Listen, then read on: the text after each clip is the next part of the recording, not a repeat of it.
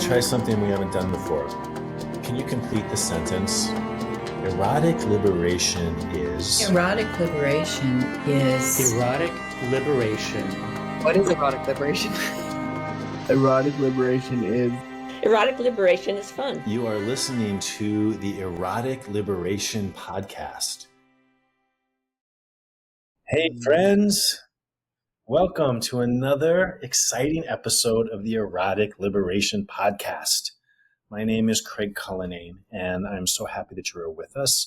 The Erotic Liberation Podcast comes from the Body Electric School, and this is a space where we celebrate our erotic selves. This podcast, like the Body Electric School, is a safe space for discovery and transformation and titillation and pleasure and exploration and liberation. So thank you all for listening, and I'm so happy to be with my co-host, Reno. How are you today, Reno? I'm fantastic. And also, I love that word titillation. It's so like sexy and cheeky. Yeah. Yes. And can you please, for our listeners who are watchers on video, could you please just bring into the frame that beautiful microphone you have? Oh gosh, yeah. Okay, wait. Here we go. Here we go. See it? Here we go. There it now is. You see Thank why you. I wanted to show this. Can we have how did this come into your life, Reno? Well, I ordered her. I ordered her online. I saw someone else with a similar one, and I thought, wow, she is gorgeous. And so upright and so provocative. Yes. And so I thought I have to have inspiring. one. Yeah, it really is. It feels legit. Like it feels legit, to have this mic. And it's sexy. It's a solid piece. Yeah. Thank you. Yeah. Beautiful. And so today on our episode, we have Dr. Marie Thouin. Can I call you Dr. Marie? Do people call you Dr. Marie? Sometimes. I think it's kind of fun. It's got a good ring to it, but you can call me Marie. Or Marie. Yes. Welcome, Marie Thouin, Dr. Marie Thouin, to the Erotic Liberation Podcast. And Dr. Marie Thouin is a dating and relationship coach who's written an amazing book called What Is Compersion? And we're going to talk about compersion, and we're going to talk about the book. But I want to read just a little bit of her bio. Dr. Marie Thouin is a leading expert and scholar on compersion in consensual non-monogamy. She authored the first ever scholarly book on compersion, 2 pioneering research studies, and the first ever encyclopedia entry on compersion. Wow. Her work has been featured in several academic conferences, workshops, magazines, and podcasts, and now the Erotic Liberation Podcast. Welcome, Yay. Dr. Marie Thouin. How are you doing today? Oh, thank you. Thank you so much for having me, Craig and Reno. I'm doing well. I am just coming out of a long day of client sessions with my coaching clients, which I love, and yeah, it's been a busy year. We're recording this in October, and I just feel like a lot is happening right now in the collective and in my individual life. It's just like everything feels really full. Yeah. And I'm a coach too, and it's like it really requires a lot of attention and energy. You want to give your full self when you are working with your coaching clients and really feel like you're adding value to their life for this commitment. And it is a lot of energy to offer up, yeah?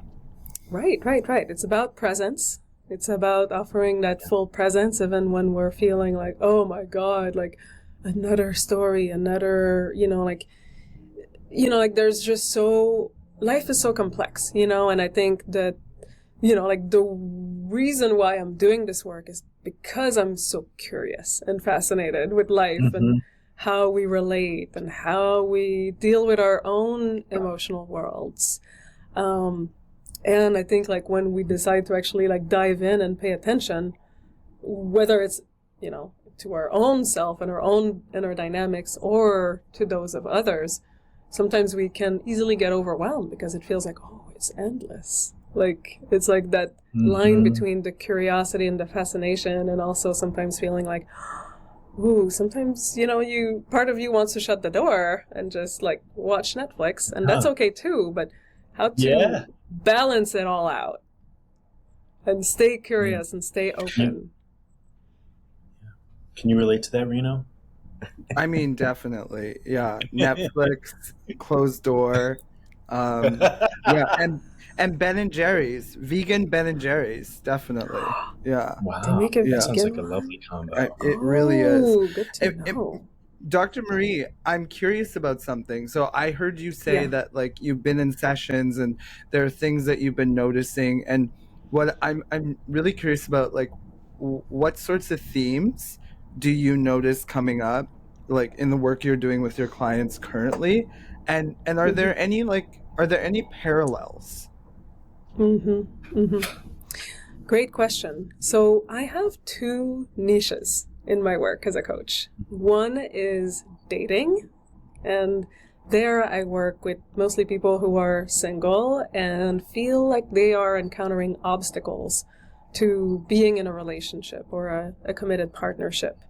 So what we do is investigate, like, what is coming up for you? What are the patterns, the scripts, the beliefs, the blocks, the dynamics that are coming up as you are in this journey that we call dating, of like meeting new people and exploring romantic and sexual possibilities. And I love dating coaching because that is such a rich world. So much happens to us in that journey that we call dating. The second niche is compersion. So I work with a lot of non-monogamous folks who are often in relationship with one or more people and wanting to feel like everyone in their relationship ecosystem can work in harmony and in synergy so that people can have positive empathy, or that empathic joy that we call compersion. And so then we're dealing with things like jealousy and possessiveness and fear and attachment. And, like, what does it mean to create so much security with another human being and so much love and a sense of abundance that I could actually feel wholeheartedly, yes, I'm excited for you to experience romantic joy or sexual joy with somebody else. So these are the two main themes that I'm encountering in my practice. I would imagine that in supporting people in non-monogamous relationship, or really any relationship, right? Like the capacity to really have an awareness of what's happening inside of you. Like, what's actually going on? What am I feeling? What am I experiencing? And also, like, how to develop the tools and the capacity to communicate clearly, make requests, communicate needs. I could imagine that awareness and communication might be useful tools in that world. Oh my gosh, yes. I mean, it's helpful in any kind of relationship, in monogamy as well. Like, the best monogamous relationships are those where people have these kind of skills. They can communicate about their desires and their needs and really be in line with their truth rather than, going to patterns like self-abandonment and people-pleasing or domineering, all these dynamics that sometimes, like, create walls between us. Yeah.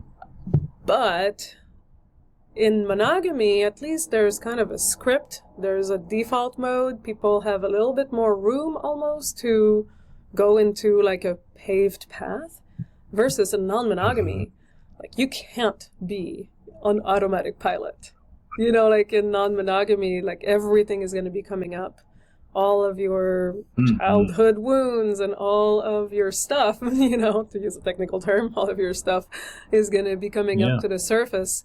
So if you don't have these tools of real transparency and open communication and vulnerability and, like really being aware of power dynamics and whatnot, then things are going to get pretty painful pretty quickly. Like, you have a little bit less leeway, I guess, is what I'm saying.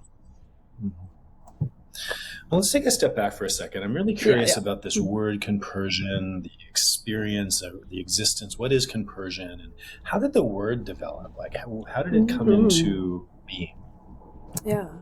So the word compersion originated from the 70s from a community called Carista They were a polyamorous community in San Francisco, near where I am right now. And they were experiencing this empathic joy for their partner when they would, be sexually or romantically involved with someone else. And they didn't have a word for it. So they decided to make one up. And the actual story goes is that they had something like a Ouija board. They called it an alphabet board, where the spirit would guide them to different letters on the board. Wow. And they asked the spirits for a word for what they were experiencing, and the word compersion came up. And it got popularized within polyamorous communities, and it hasn't yet made it into the dictionary, although I'm currently on a big campaign to ask the dictionary editors to include it, because it's becoming more known as a word, and I think that's such a wonderful concept. But it got popularized in the non-monogamous communities, and that's mostly the context that it's been used in. Now, in my research, I created the first definition, like you said in my bio earlier, like the first encyclopedia definition of compersion, and I co-authored that with my colleague, Dr. Sharon Flicker.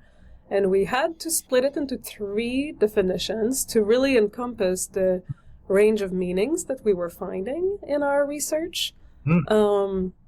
So I can maybe give you a little overview of those 3 definitions to create a foundation for this conversation about what is compersion, which is the title of my book as well. So I talk about those 3 definitions. So the first one is, the original definition is feeling positive emotions when your intimate partner is happy with someone else, romantically or sexually. So that's the empathic joy, that's the emotion of it, that's the high, that's the, ooh, I'm happy that you're happy with this other person. The number 2 definition, though, is moving it away from just purely the emotional realm and turning to the realm of attitudes, thoughts, and behaviors. What I found in my research is that non-monogamous people oftentimes might not be feeling compersion emotionally, but they treat their partners with compersion. And that means that they cognitively or behaviorally interpret their partners' other relationships as a positive event. So maybe they're not excited about it. They're like, well, my partner is going on a date with someone else. I'm not ecstatic about it. I'm not turned on about it, but I'm gonna wish them a really great time, and I mean it. That's a compersive attitude. And that kind of liberates compersion from having to be this emotional thing, and it expands it into more of an ethic that we can treat people with, and an attitude that we can cultivate inside ourselves. And then the third definition is taking compersion beyond the realm of non-monogamy, and simply because people are starting to use that word to talk about positive empathy in any context, such as my brother is getting a promotion at work. I'm super excited for them. I'm celebrating their success. I'm celebrating their joy. I'm experiencing this positive empathy. Or, you are happy that Reno has this beautiful microphone, and you're you're not expressing envy or jealousy. You're like, oh my gosh, I'm so happy for you. You have this beautiful mic. The list could go on. So it's this general joy for other people's happiness. Yes. Nice. Celebrating the happiness and success of others. Wow, so beautiful. What's cooking with you, Reno? What's coming up for you as she's defining this? There are a couple things. Well, first of all, I'm like, this is such a fascinating concept to me, and I think it gives definition to something that I experienced some years ago. I was in a relationship with my former partner, who's now one of my dearest friends, and I remember we were out at a bar dancing, and he saw someone who he thought was attractive, And I said to him, why don't you go over and ask him to dance? And he was like, what? No, I'm with you. And I said, well, I know you're with me, but if you want to go dance with him, go dance with him. He's like, what? He was so confused. And I said, it's okay. Like, I don't feel threatened. Like, go and dance with him if you'd like to. So he went over and danced with him. And, he came back after and he said, oh, that felt, I asked him, I said, how was it? And he said, it felt kind of weird, but yeah, it was fun. And I said, yeah, like, we have an opportunity to be curious in the context of our relationship and sort of explore what works and what doesn't. So this word compersion, I'm like, oh, that's what that was. Cool. And then There's the so much other generosity there. Well, right, exactly. Yeah. And it was lovely because I really did feel enjoyment in seeing him explore that curiosity or that attraction, right? So that was a lot of fun. There is a curiosity I have about compersion and I guess non-monogamy, and it's around like I guess what would you say is the biggest sort of misunderstanding about like non-monogamy and compersion, perhaps? What do people kind of get fogged up and bogged up about? Yeah. Well, there's a few. Thank you for asking that. One is that compersion and non-monogamy is an on or off switch. What you just described, that situation with your former partner on the dance floor. Some people would look at that and say, it's a form of non-monogamy. And some people would say like, oh no, like as long as there's no penetrative sex with anyone else, then that means you're monogamous. But to me, there's more of a spectrum there. Like not everyone's monogamy means the same thing and has the same rules and boundaries and expectations. Not everyone's non-monogamy has the same rules and expectations and subculture, really. So I think it's important to always really, like, when we enter a relationship and when we are in a relationship, to have those conversations about what do we want to create and where do we stand on that spectrum from monogamy to non-monogamy, because there's a lot of shades there.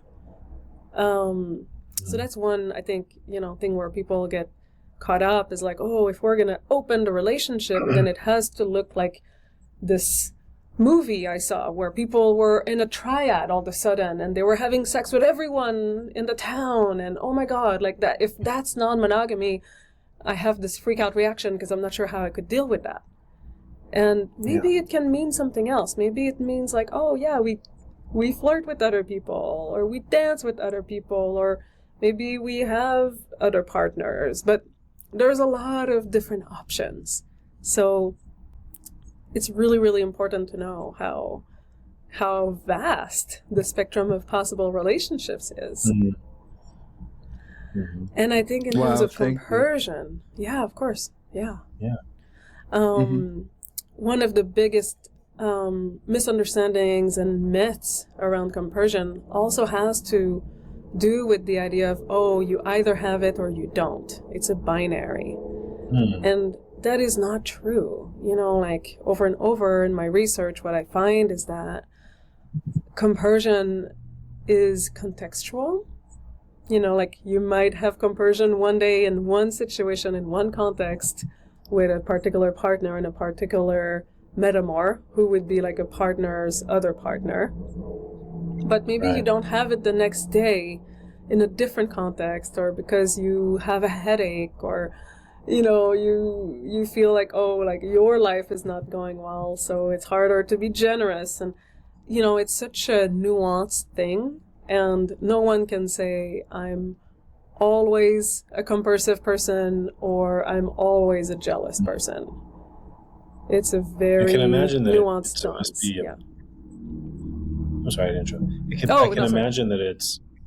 No, I'm sorry. I'm imagining that compersion, is something that you can cultivate. It's something you can practice, can activate, inspire within you. I mean, so, Okay, so last summer, my sweetie went to Provincetown for a week with another man. And it was hard for me. Mm-hmm. And I don't think of myself as like a jealous person, and we're not in like a monogamous relationship. Mm-hmm. But it was hard.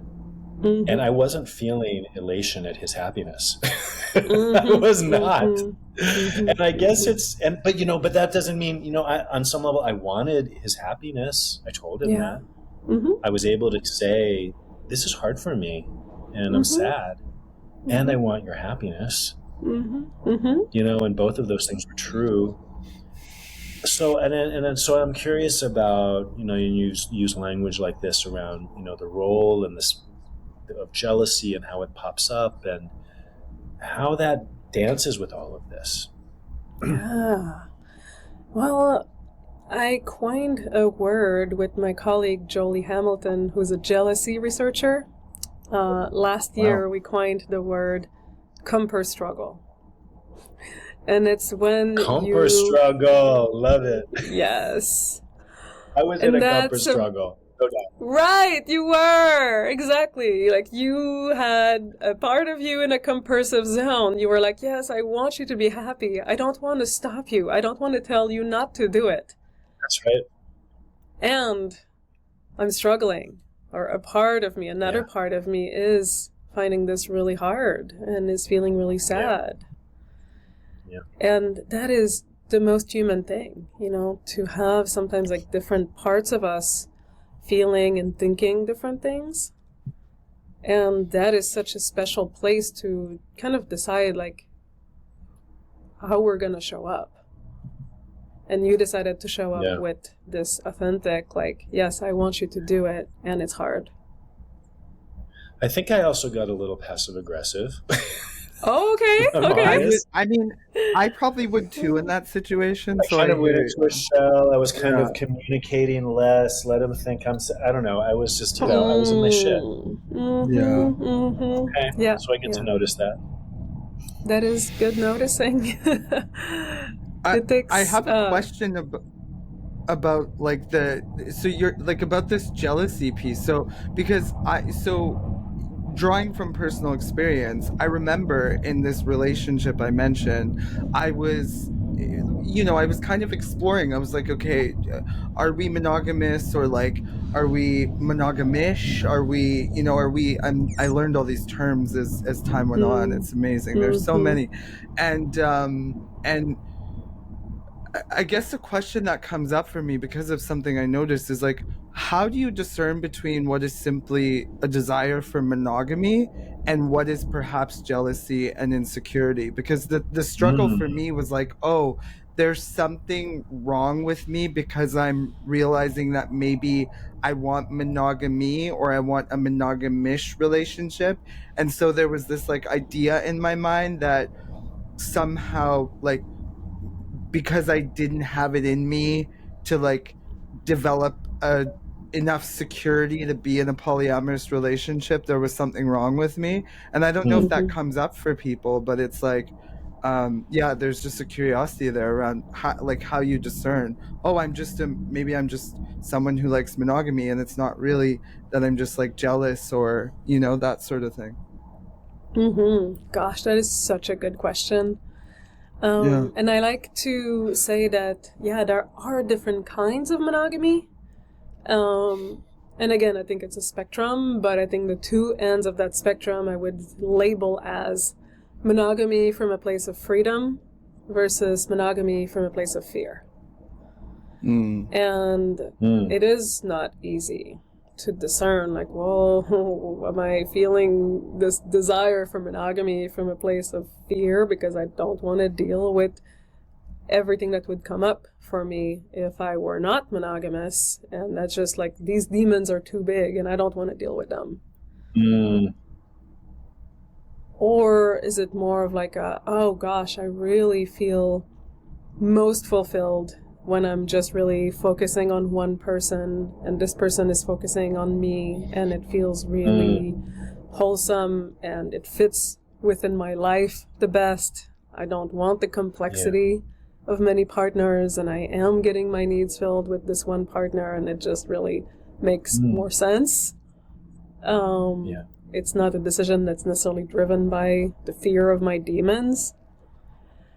I'll say as a caveat, though, I don't want to say if it is driven by the fear of opening up this Pandora's box, it doesn't mean it's a bad decision, because sometimes we don't have the bandwidth to deal with our Pandora's box, and especially those with histories of trauma or wounding around abandonment. Like, sometimes just opening things up all at once, it can be too much, and it can be so much that we can't feel like we show up in the way that we want to show up, like we can't show up with kindness because it's just too much emotion to deal with. And that can be totally legitimate to say, like, at this time of my life, of my evolution, of my emotional bandwidth, I think monogamy makes more sense.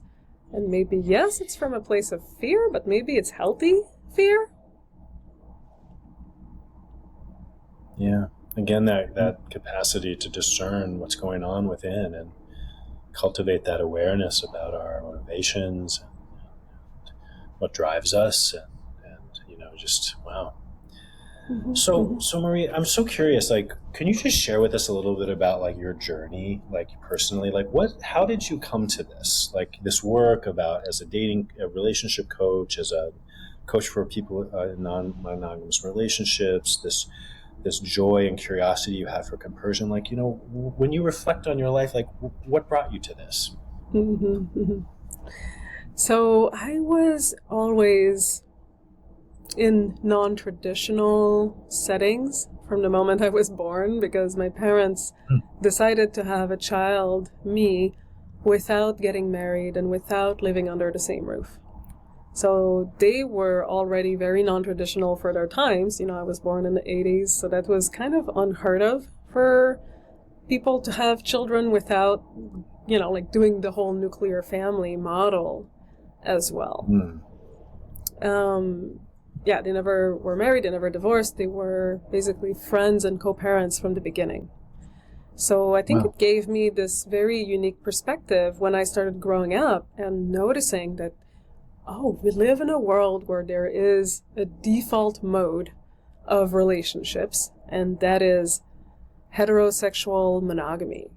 Like, it's a boy and a girl, and then they have this, progression of events where, like, they are supposed to kiss and get into a relationship and then go to exclusivity and then, like, consider having children, getting married. Like, there's this, what has been coined as the relationship escalator. The idea that once you step on the escalator of a romantic relationship, there's a script for you, and you can't really deviate from that script. Otherwise, you have to get off and you have to break things off, and it's all or nothing. Yeah. And when I noticed, like, okay, there's this relationship escalator, which includes monogamy as an assumption, like, so I'll tell you a little story of me in college when I first, was dating, and I was mostly always just dating boys at that point, and I was studying music, and I remember, like, hanging out with one of my colleagues, like another musician, and we could feel like there was chemistry, and I wanted to make out with him. And when I proposed that we make out, he said, I kind of want to, but I can't because I have a girlfriend. And I remember in that moment feeling a little bit flummoxed, like, okay, well, good for you, you have a girlfriend, but what does this have to do with us in this moment? Like, I don't understand, like, why can't we just make out? Okay, you have a girlfriend, so? So that's when I think I noticed my discomfort with mononormativity. And mononormativity is this, it's kind of like heteronormativity, but with monogamy, like this assumption that the only valid relationship style is monogamy. And just kind of how it didn't really fit for me psychologically and in my sense of what love and connection and sexuality is. So I think, like, I struggled with that my entire life, really. So I always was curious, like, are there people who are not in mononormative relationships, and how do they do it? So that's what, led me to explore non-monogamous communities and then be curious about what makes that work. What makes non-monogamous relationships work well. And when I encountered the word compersion, that was an aha moment, because when there is compersion, not just the emotion, but also the attitude and the behavior and the way that people treat each other, then it means that people are actually experiencing more synergy in their relationship. It correlates with relationship satisfaction and harmony in non-monogamous relationships. So that's why I decided to study, what does it take to experience compersion, which led to my book. Wow, cool. Mm-hmm. It's so interesting as you're sharing, Marie. I there's an experience that I kind of connect, that allowed me to connect to what you just shared about that sort of jarring feeling you had when you were what, this, what? I don't understand. I was in, I went to salsa class recently, and I noticed as soon as I got in and we started that I was in this very sort of heteronormative environment. And I remember when we broke off from, well, first of all, when they were going through the lesson, generally speaking, you were only dancing with women.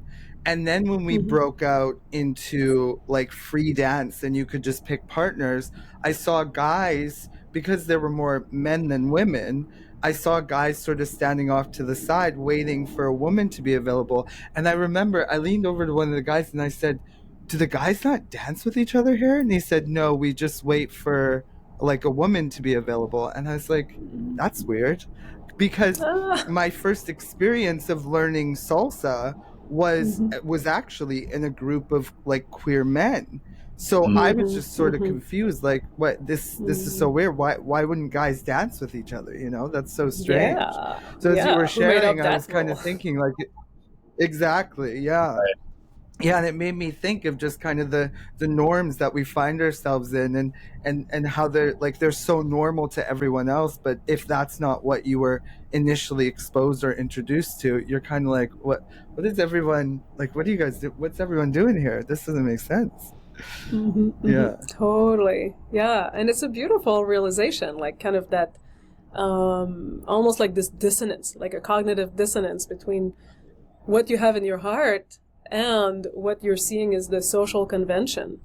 I think that's really powerful when you experience that dissonance, and then you get to choose, okay, do I still want to try to conform, or can I even conform, or do I create my own relationship ecosystem where I can be my true self? And that doesn't come without challenges, but it can be very liberating and affirming, and just it's a path of individuation. Your own relationship ecosystem. Yeah, I picked up on that. I was like, what's that relationship ecosystem? I like that. Language. So can I ask you just a follow question? Sure. I'm curious, and if it doesn't feel comfortable to answer this, fine. But I'm just curious, growing up in the family, the sort of relationship ecosystem you were in as a child with your parents in different homes, and they weren't married. What did you notice about that, and how did it bounce off other kids, and when did you start noticing that maybe it was different, and how was that for you? Well, for a while, in a way it was my normal, and I didn't question it. I would go to my mom's house for 1 week and my dad's house for another week, and I was an only child, so that was that was just me. And I think I really started noticing that I was a little different when I went to school, and some kid told me at some point, oh, your parents are divorced too. My parents are divorced. And I was like, my parents are not divorced. I guess I don't fit in either category of people who have their parents together as a couple, or divorced parents who, then oftentimes there's a lot of trauma and pain that goes with that. Yeah. So, I just kind of always felt like an outcast And that, I think that's relevant to why also I'm doing the kind of work I'm doing around authentic relationships, because when I felt like an outcast, then I started building walls between me and people in general, like, oh, okay, I can't fit in, and that means I'm always going to be like separate. And I became a loner. You know, I became someone who spent a lot of time alone. I felt like I didn't fit in, I didn't belong in my culture of origin, and I had to then kind of reckon with the loneliness of that and decide, okay, like, do I want to become somebody who's always going to see myself as separate from the rest of the world because I don't fit in and I feel like I'm different? Or do I want to find my own authentic way of plugging in ways that can feel authentic to me, like not by self-abandoning and trying to play the game that feels inauthentic to me, but by actually like bringing my wholeness and my authenticity, but also like choosing to also bridge the gap from my end and, you know, like experience and cultivate empathy for people who are different from me. Like, you know, like I feel like sometimes you feel like, oh, people don't understand me and therefore I'm just going to go into my shell. And that's almost like doing the same thing as they're doing. Like, they don't understand me. They're not extending empathy towards me. So I'm just going to say, fuck off. But at some level of more maturity in my life, I realized that that's what I was doing. I was saying, like, fuck off, everyone. I'm different and you don't like me. And I decided to say, like, you know what? I'm going to extend empathy from my end to understand other people and to build those bridges. And even if I'm like, quote unquote, different, it doesn't matter because we're all human beings and we all want to be loved. And I think like exercising that muscle of like deciding, I'm going to extend love from my end, you know, like, and that's what allowed me to learn how to be a coach. You know, that's what allows me to sit with people from all walks of life and extend love and empathy and understanding to them. I feel like that's been the arc of my evolution as a person too. And it's so liberating to feel like, okay, we don't have to be all the same to love each other.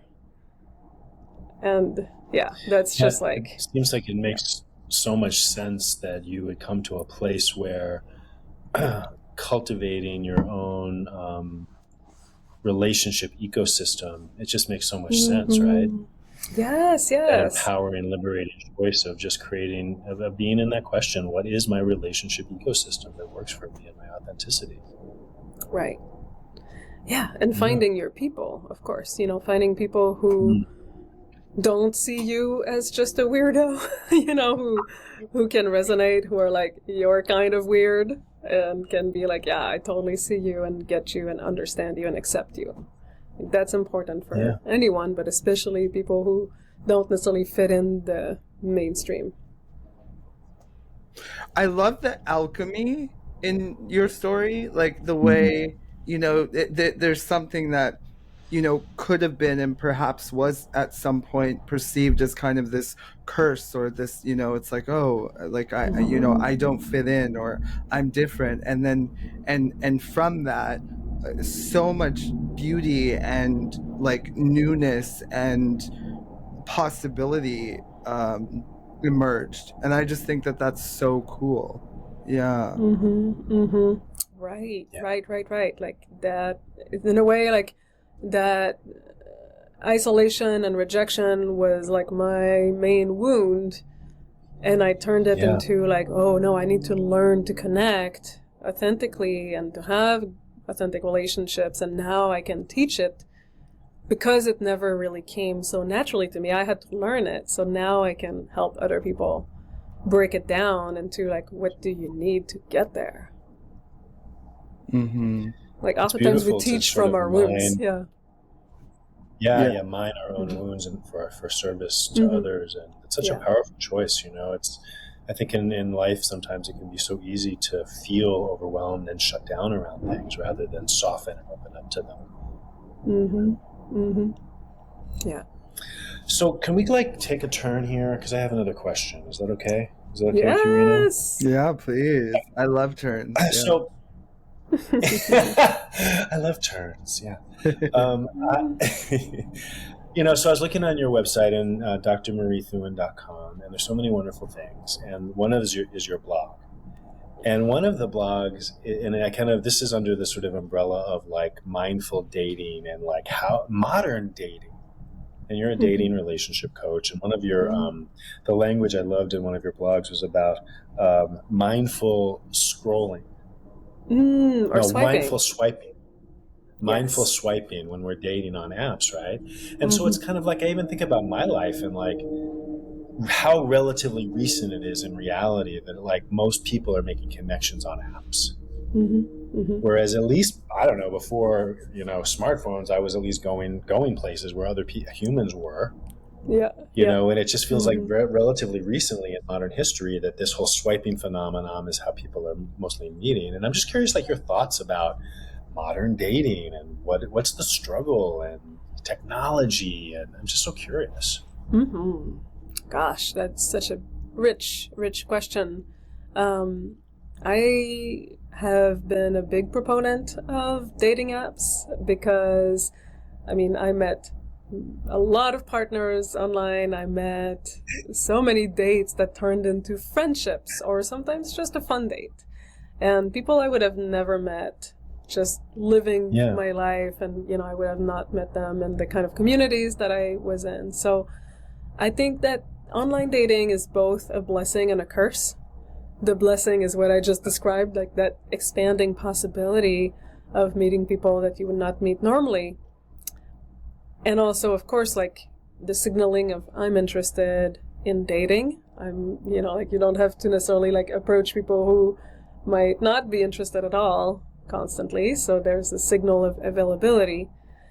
And yet the curse and the struggle can be like feeling that now it's like the only way that we can meet people, which is not true. I don't believe that. But for people who are sometimes like just really focusing on apps and not feeling successful there, they might feel very, very discouraged because we can now experience rejection at a rate that's unprecedented.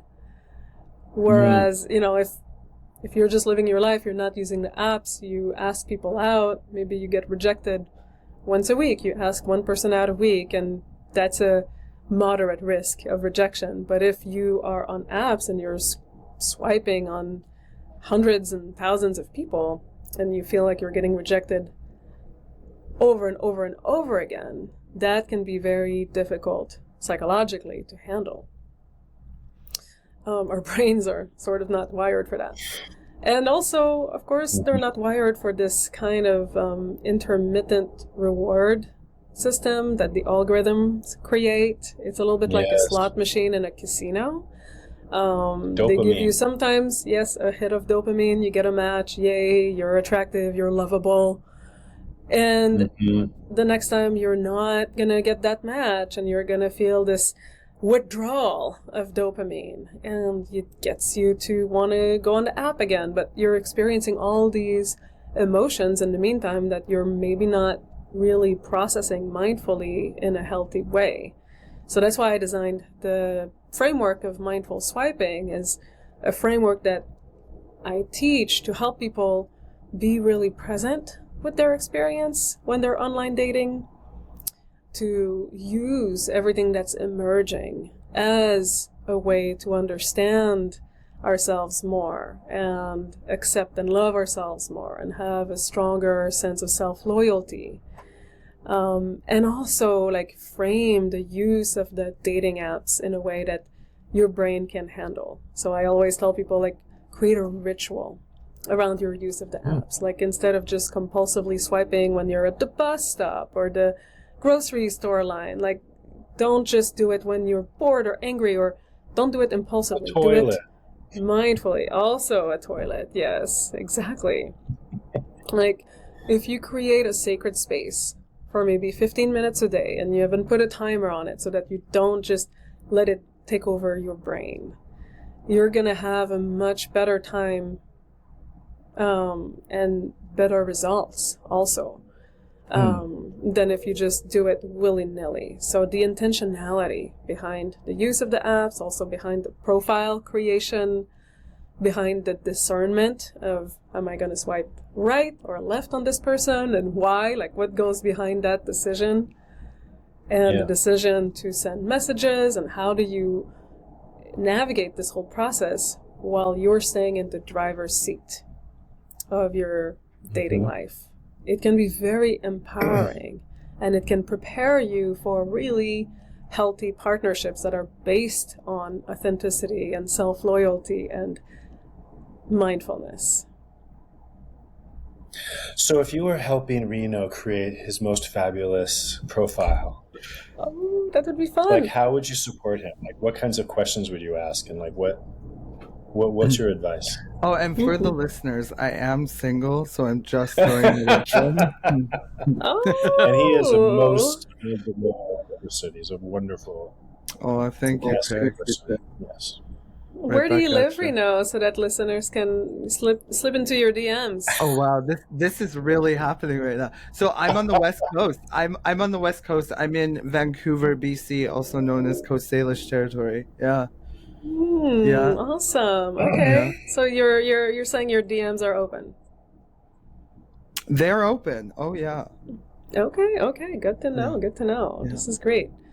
So, if we were to create your most fabulous, most empowering dating profile, I would start with asking you, like, what are your deepest values in life and in relationships?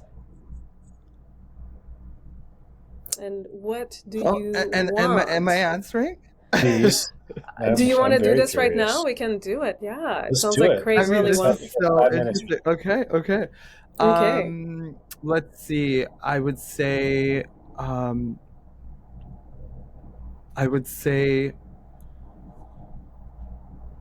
honesty, authenticity, they're kind of in a similar category, but I would say that's really important. That's like way up there, I would say.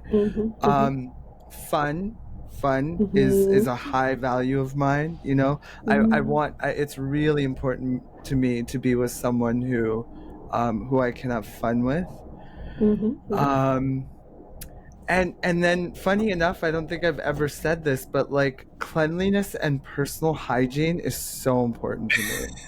It really is. Put that out there.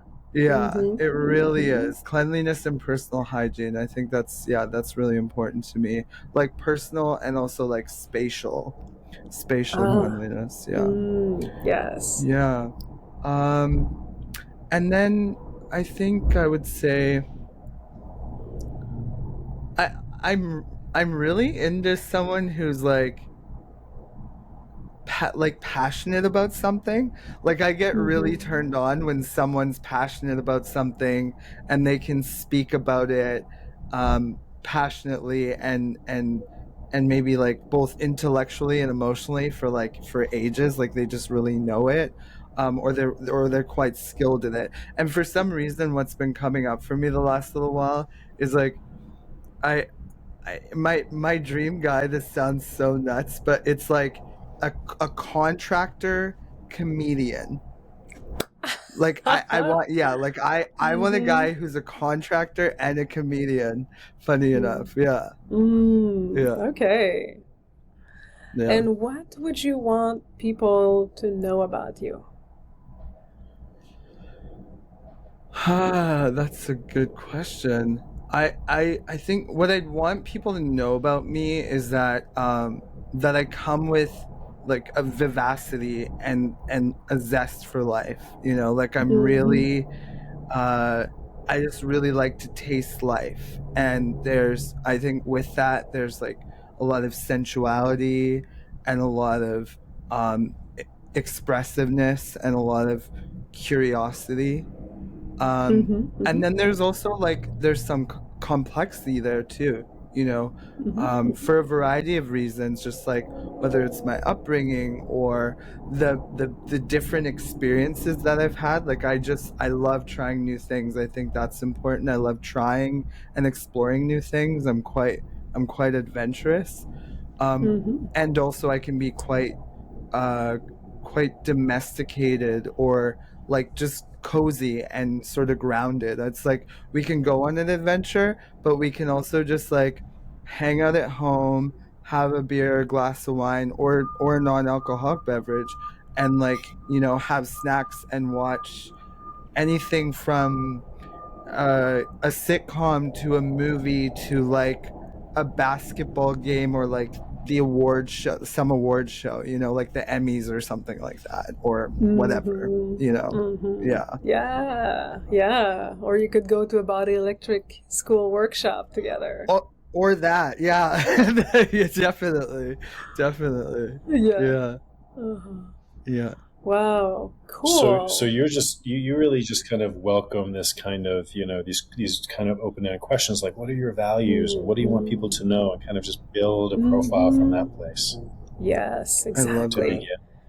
Because when I start asking somebody those questions, like so much, you know, like we just saw with you, Reno, like so much richness comes out, and I'm like, yes, if we build a profile that communicates those things, you know, that vivacity, that sensuality, that tasting life, and also that depth and that range of expression and things that you like to do. Like you're not only, you know, like, you know, you're not only into funny stuff, you're also like, you have that grounded, like, oh, you like that contractor energy. And you're also into, you know, like philosophizing about things, and you're into having a cozy night on the couch or having an adventure. Like that kind of range really, to me, like defines a lot of who you are and how you show up in relationship, and it creates this big magnet of uniqueness. Like sometimes people make the mistake in their dating profile of only emphasizing one aspect of who they are because they think that's going to be the most appealing to everybody. They don't want to turn anyone off. But I think that's a mistake because what makes us really magnetic is the range of who we are. So naming a few things that are contrasting with each other and showing that, yeah, like that complexity and that nuance. To me, that's the key. That's what makes a profile feel like the crème de la crème, and makes people like either say like, sure, maybe if there's a deal breaker in something that you just named, they can swipe left. That's fine, and they were not meant to be with you anyways. But for someone who's going to resonate with that combination, with that special sauce of who you are, they're going to be able to recognize you and be excited to interact with you. Beautiful. Oh, I love that. I'm imagining there's a grocery or sorry, there's a store down the street, and they sell chocolate bars, and there's like this whole section with just a bunch of different chocolate bars, and there's a particular brand of chocolate bar, and you've got like your milk chocolate, your dark chocolate, and then you have like this like chili sea salt one, and I really feel like I'm that one. But that's what it feels like. It feels like, oh, you have this sort of option of all these different flavors of chocolate bars. And it's like some people are into that flavor and some people aren't. And it doesn't mean there's anything wrong with it. It just means it's not their flavor. Exactly. Yeah. For some people, it's like, no, I just want the sea salt. I don't really need the chili. And for some people, it's the other way around. Or some people are just like, no, just give me the milk chocolate. And yeah, there's no right or wrong answer, but you have to be able to kind of convey what type of chocolate you are so that the right person is going to be like, yeah, I want that. Love it. So fun. Yeah. And I can imagine there's a lot of people who come to you that feel confused, feel, sadness or longing, yearning, these feelings that pull them towards, of course, wanting to connect with other people and feeling this sort of frustration and confusion about why is it so hard, and you know what I mean. And I can imagine for you as a coach what it may mean to just hold that space for them and support them in that. Totally. It's such a fine line between holding the space and letting those emotions be there and letting those emotions be not only okay, but also a tool for self-discovery, because I don't believe like any emotion is bad and we just have to get over it or repress it or put it to the side.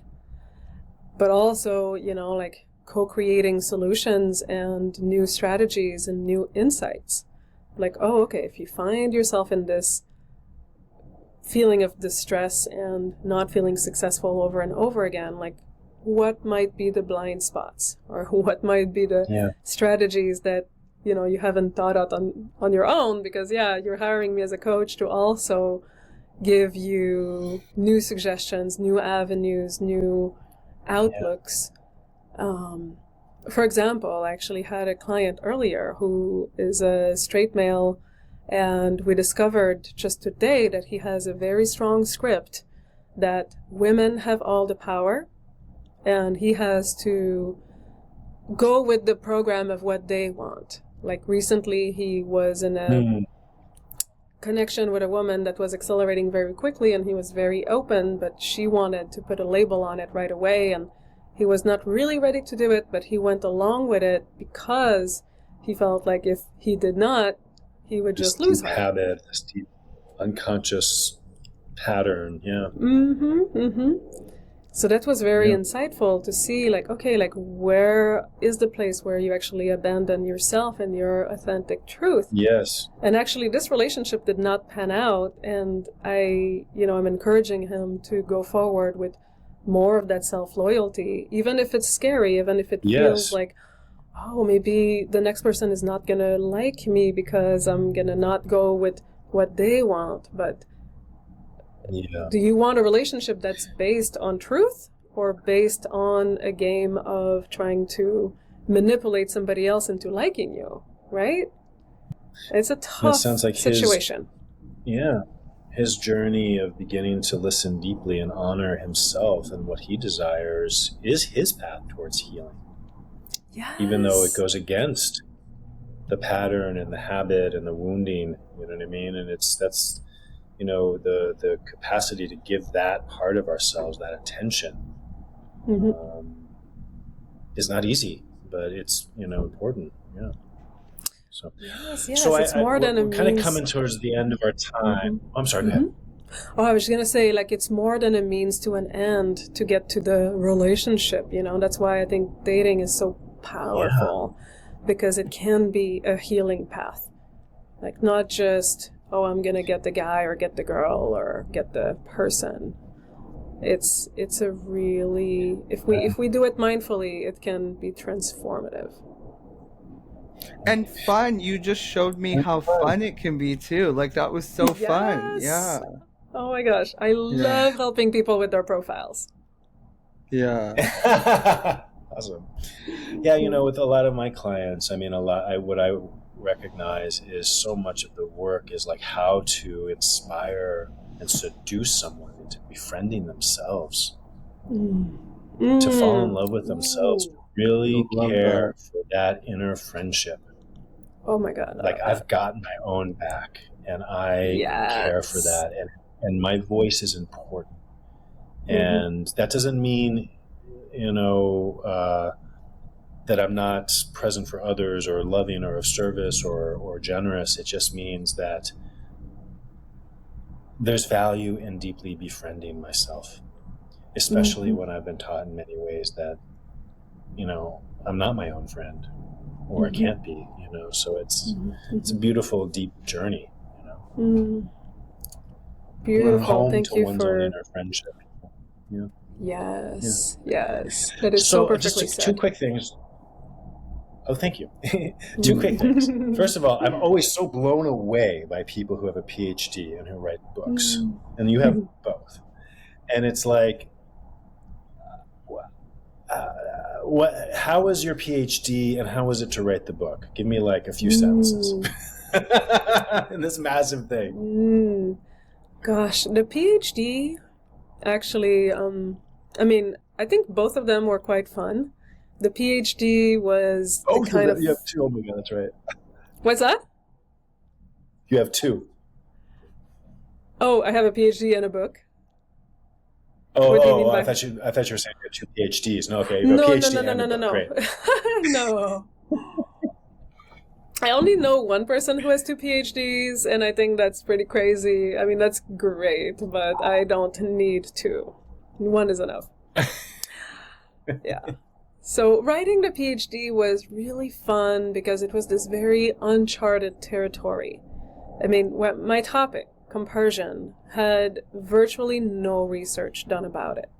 So it was this really cool exploration of designing research questions that would get to the core of it, and build a foundation for future researchers to build upon. So I did qualitative research, which means I interviewed people, asked them about their experience in depth, and I just really enjoyed that research process because I learned so much, and it felt really groundbreaking, a little bit like bushwhacking. You're going into an area that doesn't have an established path, so it was really, really fun and quite a privilege to, have the time and the bandwidth to do a PhD. And then after I finished, I looked at what I had, the research I had, and thought to myself, I don't want to be one of those researchers that have their PhD dissertation sit on a shelf in a library somewhere forever and no one besides their dissertation committee will read it. I want to share this knowledge that I found with the world, especially with the non-monogamous community, because there's value here. There's practical value in supporting people's relationships. And so that's why I decided to create a book out of it. The book writing process was in some ways harder because I had to translate everything from dry academic writing to a book that people would actually want to read. So that felt like a great challenge to me, is, get out of that academic scholarly mind and make it truly accessible. So in a way it was harder, but also it's been incredibly rewarding to be able to share that work really broadly and to get so much feedback so far in the last few months since the publication date, from people who are looking at my book and saying like, wow, this is really helping me. This is really moving the dial on my relationships and helping me nurture more compersion and helping me understand myself and my relationships in a new way. Like, there's no greater joy and fulfillment, I think, for an author or a researcher. Is like, oh, this is actually having a real life impact. And it's helping me in my coaching too. My research is helping, has helped me have better frameworks to coach people from. Wow. Well and done. I will maybe say, it's not like I have it all figured out. I still feel like this research is scratching the surface of what could be said about compersion. I don't want to sound like, oh, I know it all and it's done. This is still so new, but it's an exciting field. So I encourage people to also do more research on this and write more about this. Like, this is meant to be a conversation. So beautiful. Exciting. Well done. What do you think, Reno? Wow. Yeah, this is very insightful. This is very, of course I have so many other questions, like to be continued. Yeah. Yeah.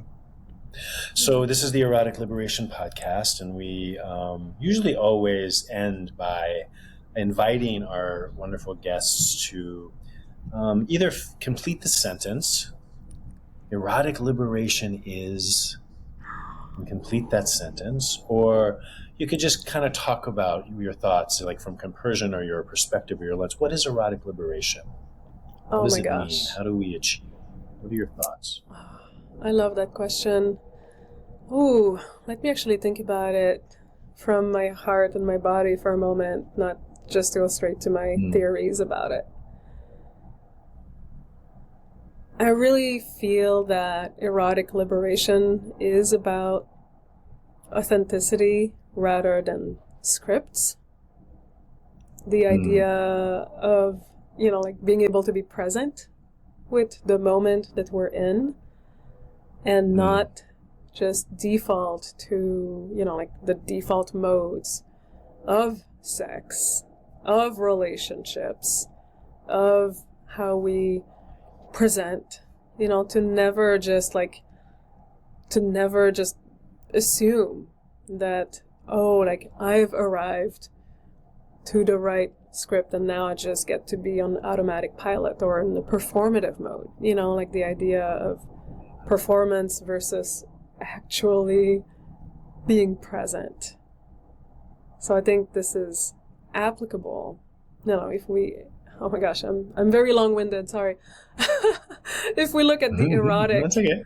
Eroticism as not just like sexual acts, but also like how we live our life, how we direct our life force, then it's an infinite source of creativity. So liberating our eroticism is about liberating our creativity, and that's the juice. That's the juice of life.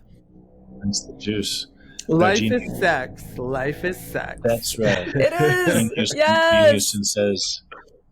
Gene Houston says the lure of eros is the lure of muchness. Muchness. Yes. Muchness. Wow. Well, thank you so much, friends. If you want to learn more about Dr. Marie Thouin, you go to mariethouin.com, Marie, MarietHouin.com, and check out her book, What is Compersion?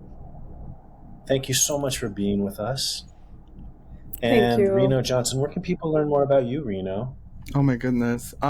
It just got Reno, ITJUSTGOTRENO.com. It just got Reno. Yeah. Just got Reno.com. Yeah, or just slide up in my DMs, Yeah. Slide up in his DMs. You're but gonna have not before you buy a copy of Marie's book. That's right. And all of those comic contractors out there, you know where to go. Yeah, and I'm Craig Cullinane, and www.craigcullinane.com to check out my work. Thank you so much, Marie. Thank you so much, Reno. Joy to be with you both. Thank you. And have a beautiful day. Thank you so much. It was wonderful to be with you both. You have been listening to the Erotic Liberation Podcast, brought to you by the Body Electric School. We air 2 new episodes on the 3rd Wednesday of every month.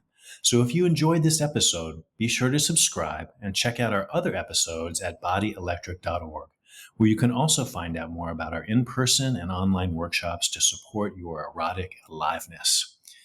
You can also find us on Facebook and Instagram at the Body Electric School. And of course, if you love the podcast, please let the world know and leave us a review. Thank you for joining us, and until next time, we're wishing you pleasure, embodiment, and erotic liberation.